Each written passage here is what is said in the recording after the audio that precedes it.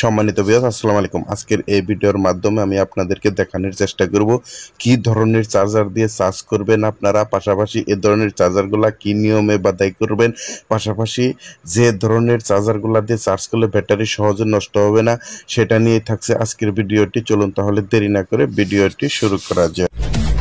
Automatic TV subscribe নাও। ফিরে এসেছি আবার ইন্টোর পর। এখানে লক্ষ্য করলে দেখতে পারবেন আমরা যে চার্জারটা অন করে দিয়েছি এটা ভুল দেখাইতেছে কত 56। আসলে 5টা ব্যাটারির কিন্তু 5×60 ভোল্ট থাকলেও যখন আসলে ব্যাটারিটা চার্জ কমে যায়, সারাদিন আপনারা যখন চালান তখন কিন্তু ব্যাটারির পাওয়ারটা কমে যায়। যার কারণে এ ধরনের চার্জারগুলো একে যদি 52, 53 অথবা 54 থাকে তাহলে আপনার সেই চার্জার দিয়ে খুব সহজে আপনি ব্যাটারিটি ফুল চার্জ করতে অতি তাড়াতাড়ি চার্জগুলা করতে পারবেন। আর বর্তমানে এই ধরনের চার্জারগুলা বিভিন্ন কোম্পানির বের হয়ে আসছে, অনেক ভাই আসলে বাছাই করতেছে, অনেক ধরনের কোম্পানি বের হয়ে আসছে। আসলে অনেকেই এলোমেলোভাবে বাছাই করে আসতেছেন। তো আসলে যারা সঠিক পদ্ধতি না জানেন তাদের জন্য আজকের ভিডিওটা অত্যন্ত গুরুত্বপূর্ণ। তো এখানে লক্ষ্য করলে দেখতে পারবেন 64 পর্যন্ত উঠে গেছে আমাদের চার্জারটা। তো আসলে যখন একটা ব্যাটারি ফুল চার্জ হয়, যখন আসলে 60 ভোল্ট বা 59 ভোল্টে পরিপূর্ণ হয়ে যায় তখন কিন্তু আসলে চার্জার দিয়ে আর চার্জ উঠতে চায় না। তো চার্জারগুলোর যদি পাওয়ার একটু বেশি থাকে সেই ক্ষেত্রে কিন্তু খুব সহজেই, যেমন ধরেন এই চার্জারটা 64-65 রয়েছে, আপনার 5টা ব্যাটারির যদি হাই ভোল্ট হয়ে যায়, ফুল চার্জ হয়ে যায়, তাহলে কিন্তু আপনার চার্জারটা থাকবে হচ্ছে 60। তখন কিন্তু এই চার্জার দিয়ে আপনি খুব সহজেই চার্জ উঠতে পারবে। অর্থাৎ আমি বোঝাতে চাচ্ছি আপনাদেরকে, চার্জারের যে ভোল্ট রয়েছে, ব্যাটারির যে ভোল্ট রয়েছে তার চেয়ে অবশ্যই চার্জারের শক্তিটা একটু বেশি লাগবে। অর্থাৎ আপনার 5টা ব্যাটারি যখন ফুল চার্জ থাকে তখন 60 ভোল্ট থাকে, আর যখন চার্জারটার ভোল্ট 54 আপনারা এখানে লক্ষ্য করতে পারছেন, কিন্তু তখন কিন্তু ব্যাটারিটা আমাদের ফুল চার্জ থাকে না। সারাদিন চালানোর পর ব্যাটারির চার্জ কিন্তু কমে যায়। অর্থাৎ আপনি যদি একটা ব্যাটারি মাপেন 6, 7 এরকম করে কিন্তু আসলে মাপ দেখা, তো তখন কিন্তু আসলে আমাদের 5টা ব্যাটারি মিলে যদি 9 করে হয় তাহলে হবে আপনার 5 নং 45। আর আমাদের চার্জারটা যদি 52 থাকে তাহলে কিন্তু অনায়াসেই আমাদের এই চার্জারটা একে চার্জ করতে সক্ষম হবে। কিন্তু কিছুক্ষণ পর চার্জটা হতে হতে যখন আপনার ব্যাটারিটি চার্জ নিয়ে যাবে, বা একটা ব্যাটারি 9, 10, 11, 12 করে যদি হয়ে যায় তাহলে কিন্তু 5×60 হবে।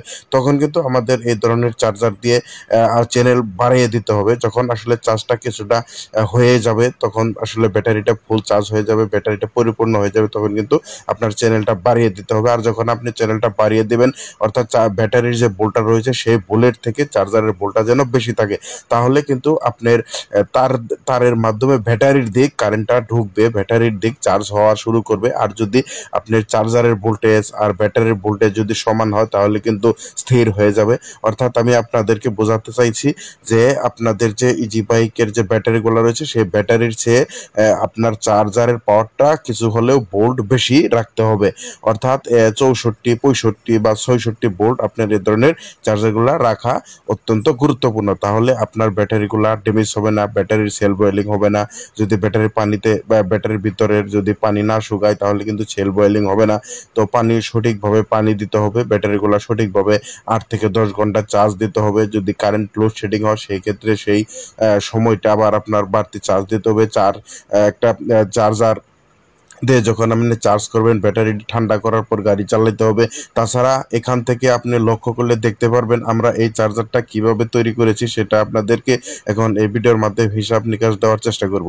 তো এখান থেকে লক্ষ্য করলে দেখতে পারবেন এখান থেকে আমরা 19 নাম্বার এসি তার দিয়েছি, এখানে এ পর্যন্ত আমরা দিয়েছি 250 প্যাচ। হ্যাঁ, 250 প্যাচ আপনারা আমাদের মতো ইচ্ছা করলে দিতে পারেন। দেওয়ার পর আমরা এখান থেকে যখন 250 প্যাচ একদম গুনে গুনে 19 নাম্বার তার দিয়েছি। তো ভাই আসলে এটার হিসাব হচ্ছে 19 নাম্বার তার দিয়েছি, আর যত নাম্বারই দেন আপনি 250 পেজ দিবেন। দেওয়ার পরে অবশ্যই এখানে আমরা 8 পেজ করে চ্যানেল দিয়েছি, অর্থাৎ 8 10 80 পেজ, আর হচ্ছে 250 পেজ 330টি পেজ দিয়েছি এসি কয়েলে। তাছাড়া আমাদের যে এখানে ডিসি পেজগুলা রয়েছে দেখতে পাচ্ছেন, এখান থেকে যদি আপনি হিসাব করেন তো এখানে চ্যানেল দেওয়ার পরে কিন্তু আমরা বেশ কিছু ডিসি যে পেজগুলা রয়েছে পাশাপাশি সেগুলা যেন একটা আরেকটার উপরে না লাগে সেদিকে লক্ষ্য রেখে আপনাদের পেঁচাইতে হবে। তাছাড়া আমি আজকের এই ভিডিওর মাধ্যমে আপনাদেরকে সুন্দর করে আমরা আজকে এই চার্জারের ভিতরে ডিসি কয়টা পেজ দিয়েছি সেটা আমি আপনাদেরকে সুন্দর করে গুনে এবং কি কি বুঝে দেখানোর চেষ্টা করব। আপনারা সম্পূর্ণ আমার সাথে গুনতেও পারেন। আমরা একটু জুমিং করে নিচ্ছি। তো দেখতে পাচ্ছেন চার্জারটা আসলে একটু জুমিং করে নিলে গুনতে আপনাদেরকে সুবিধা হবে। আসলে মুখে বললে হয় না, একটু প্রমাণটা দিয়ে দেখি।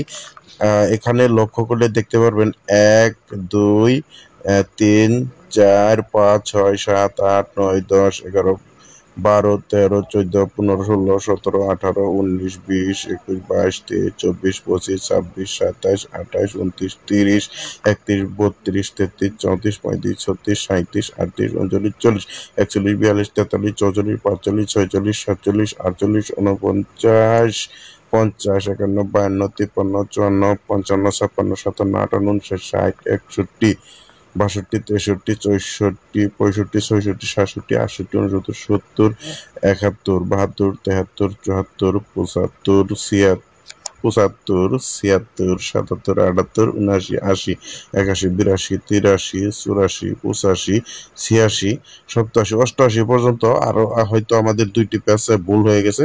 তো আপনাদের 85 86 পর্যন্ত কিন্তু প্যাচ রয়েছে, যে প্যাচগুলা থাকার কারণে আমাদের এই চার্জারটা গরমের ভিতরে খুব সঠিক ভোল্ট নিতে সক্ষম। কারণ আমরা এসিতেও দিয়েছি, নিচের তারেও দিয়েছি 19 নাম্বার তারে ব্যাপক পরিমাণ অ্যাম্পায়ার তৈরি হবে। তো যে পরিমাণ অ্যাম্পায়ার তৈরি হবে সেই পরিমাণ অ্যাম্পায়ার দিয়ে যে ভোল্ট তৈরি হবে সেই ভোল্টে আমাদের 5টি ব্যাটারি যত অ্যাম্পায়ারের হোক না কেন 250 অ্যাম্পায়ার হলেও চার্জ করা সম্ভব। আজকের ভিডিওটি কেমন ছিল অবশ্যই কমেন্টে জানাতে ভুলবেন না। আর এই ধরনের ভিডিও নিত্য নতুন পেতে আমাদের চ্যানেল সাবস্ক্রাইব করে সাথে থাকতে পারেন।